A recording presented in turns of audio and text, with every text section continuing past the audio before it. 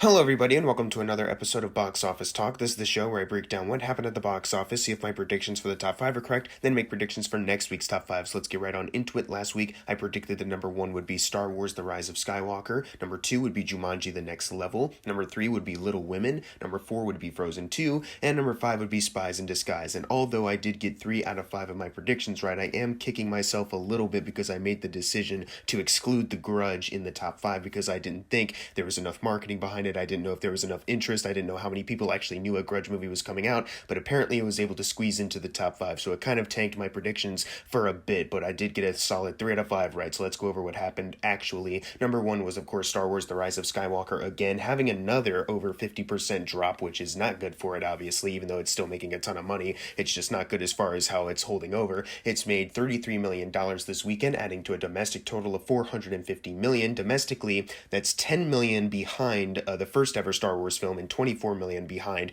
The Phantom Menace, which it definitely will outgross very soon, and then it'll have a couple more movies to outgross, but it probably won't since it's dropping as drastically as it kind of is. Worldwide, it is sitting at $918 million, which is $82 million away from getting to $1 billion. It'll join the other Star Wars films that are in the $1 billion club, but it's also $109 million from outgrossing Phantom Menace and $138 million from outgrossing Rogue One, and I think those two, it definitely has the potential to outgross it. I think we will be realistically seeing those happen, and then it might maybe outgross The Last Jedi, but I still don't think it'll outgross The Force Awakens as $2 billion. Like, it's definitely not going to get there, but hey, it's still making a ton of money despite it not holding over very well with audiences, unlike even The Last Jedi, which actually still managed to make a ton of money and hold over pretty solidly despite having a 60% drop on its between its first and second weekend, but it was still able to hold over very well throughout the holiday season. This one, not so much. Number two is Jumanji: The Next Level, making $26 million. This one's still holding over very well, even though the numbers for Rise of Skywalker are much bigger. This one has been holding over very well and having little drops in between its weekends, as opposed to the Rise of Skywalker's 3 right now.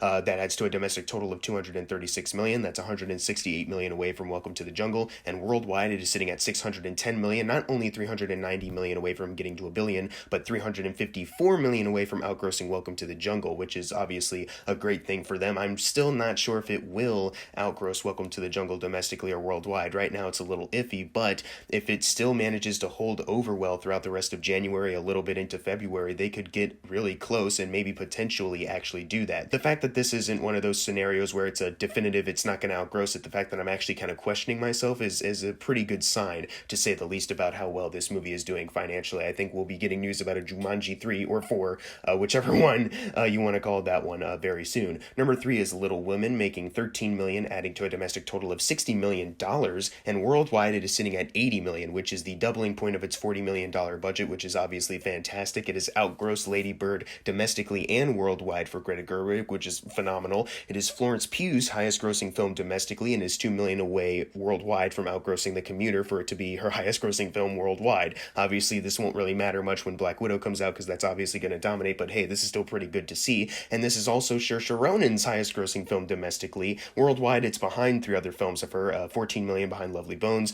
$49 million behind Atonement, and $83 million behind The Grand Budapest Hotel. Whether it outgrosses any of those or not is debatable as of right now, but I still think it's impressive to note that for these 2 actresses and for this director, it is really setting personal records for them, which is obviously fantastic. Number 4 is The Grudge, which isn't really having that good of a time, although it did better than I thought, and overall it will double its $10 million budget because it opened with $11.3 million, and worldwide it is sitting at $17 million. Obviously, it just needs $3 million more to double that $10 million budget, so it doesn't really matter. The director, it's his highest grossing film domestically and worldwide, even though Eyes of My Mother and Piercing didn't really have wide releases, so it's almost like a no-duh situation there. But as far as the American Grudge films go, excluding The Grudge 3, because I think that was straight to DVD, it is the lowest opening for any Grudge film, and domestically it's $28 million behind The Grudge 2, $99 million behind The Grudge 1's overall domestic runs, and worldwide it's $53 million behind The Grudge 2 and $170 million behind The Grudge 1's, and I don't think this movie's going to have the staying power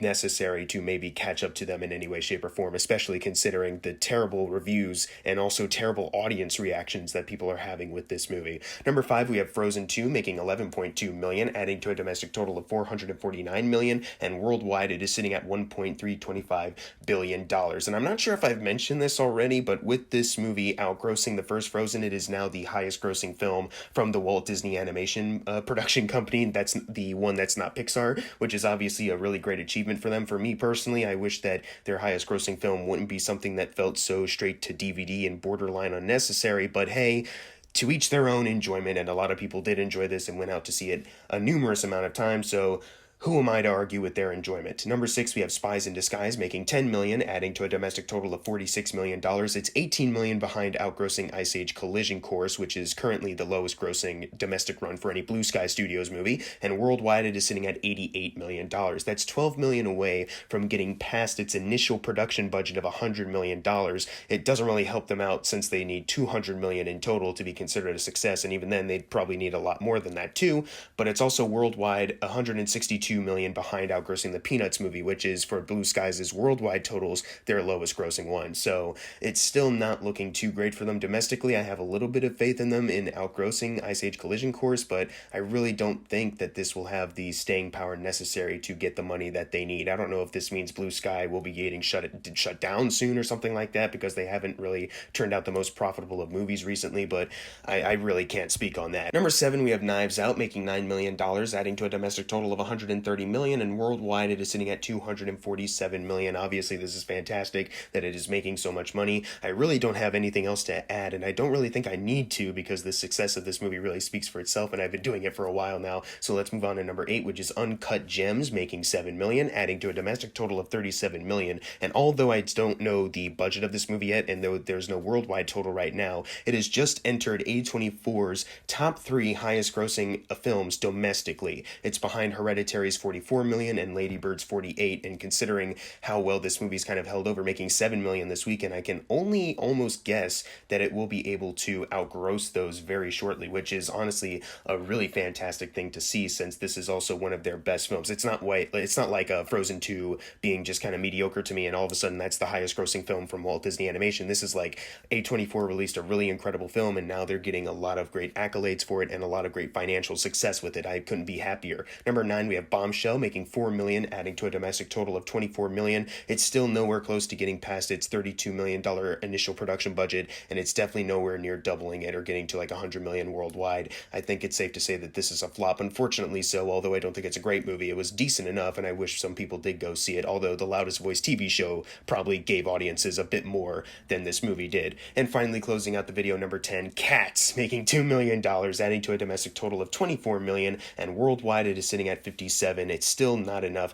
to get past its $95 million budget or to double that or anything. It canceled its awards campaign as far as Oscars and Golden Globe SAG stuff, so it's just a really big dud, and it's about to leave the top 10. I wish I could say I'll miss this movie, but I really won't. Now it's time for the fun part, the predictions for next week's top 5. Next week will be interesting because we have 2 movies that are expanding and 2 other movies that could really end up here. I'm not going to predict Underwater, though. Unfortunately, I think that's going to be one of those movies that looks like it could appeal a lot of people, but unfortunately gets shut out of the top 5 slow. Number 1, I'm going with 1917.